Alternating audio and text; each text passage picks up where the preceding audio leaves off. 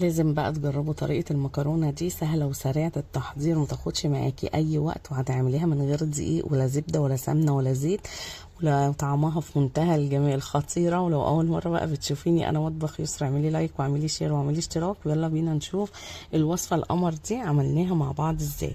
اول حاجة كده جبت الطاسة ونزلت عليها بمج كده من المكرونة، واي نوع مكرونة انت بتحبيه، وضفت عليها برضو مج كده من اللبن، وضفت عليها مج من المية. واهم حاجة الكوباية او المج اللي هتستعمليه هو يبقى نفس المعيار في الطريقة يعني كلها.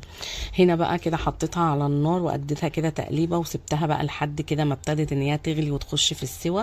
نزلت كده برشه من الفلفل الاسود، رشه من الملح، وهنا ضفت كده الجبنه، حتتين كده جبنه تركي كانوا عندي، وضفت عليها كده برضو جبنه موتزاريلا.